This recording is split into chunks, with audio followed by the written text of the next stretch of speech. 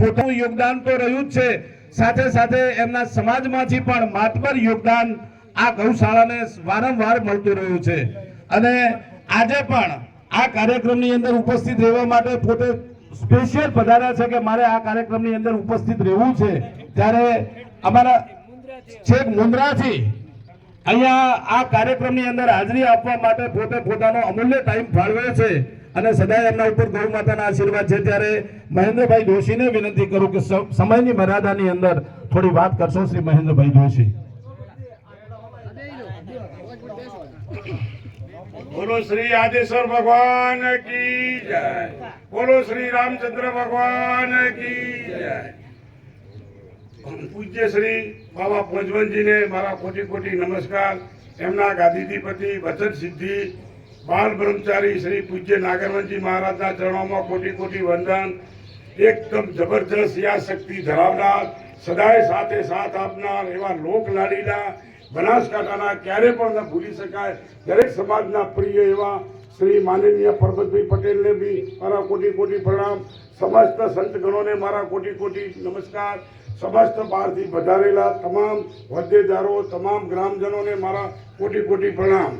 विशेष साथे जणाववानुं के आपणा बधानी आ गौशाळा छे आपणा एक जैन परिवारनी जेवी नथी, पण जैन परिवार सदाय जीव देवा माटे मोखरे रह्यो छे અને આપણા મારવાડી પરિવાર આજે ઉપસ્થિત નથી એના બદલ મને મોકલવામાં આવ્યો છે।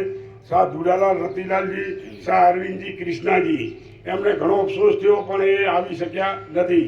કોઈ પણ કામકાજ માટે ગૌશાળા માટે ક્યારે પણ કંઈ પણ કામ નહીં હોય તો એમને સત્વર જાણ કરવામાં આવે અને એમને દરેક કામમાં સહયોગ આપવા માટે તટસ્થ એવું એમને લાગણી દર્શાવી છે। એટલે તમામ ગ્રામજનોને જણાવવાનું કે આપણે સાથે મળીને આ ગૌશાળા વિડીયો તક ચાલે અને એમને 8 થી 10 એકર જમીન લેવાનો વિચાર છે તો દરેક ગ્રામજનોનો સહયોગ હશે તો આ બધું શક્ય બની શકશે।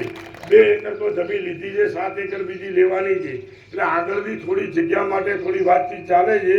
એ ખરાબો છે ગૌચર છે જો ગામજનોની સંપત્તિ હોય તો બીજી જમીન આપણી પોતાની ખરીદી અને આગળ ગેટ બીજો બનાવી શકે। લગભગ 10 કરોડ રૂપિયા વાપરવાનું એમની લાગણીને ભાવના દર્શાવી છે। તો સમસ્ત ગ્રામજનોને મારી નમ્ર અપીલ છે કે બધા સાથે મળી સાથે રહી અને સહયોગ આપશો તો આ ગૌશાળા પેઢીઓ તક ચાલશે અને બધાના માટે બી સારું રહેશે। આપણી એટલા અહોભાગ્ય છે કે આવા પૂજ્ય નાગરવનજી બાપજી વચન સિદ્ધિના સાનિધ્યમાં આપણને ખરેખર આ બધું એના સાનિધ્યમાં ખૂબ જ ધાર્મિક પ્રસંગો સમજવાની ખૂબ જ લાભ મળી રહ્યો છે। એના બદલ બી હું ખૂબ ખૂબ કોટી કોટી પ્રણામ કરું છું। જય શ્રી રામ। ખૂબ ખૂબ ધન્યવાદ મહેન્દ્રભાઈ જોશીને પણ અહીંયા ગૌશાળાને જ્યારે જરૂરત પડે છે ત્યારે પોતાની અમૂલ્ય સેવાઓનો લાભ પોતે આપતા જ હોય છે। તમે તમારું ચલાવો જે બાકી છે એમનું સન્માન કરો રામ રામ બધા।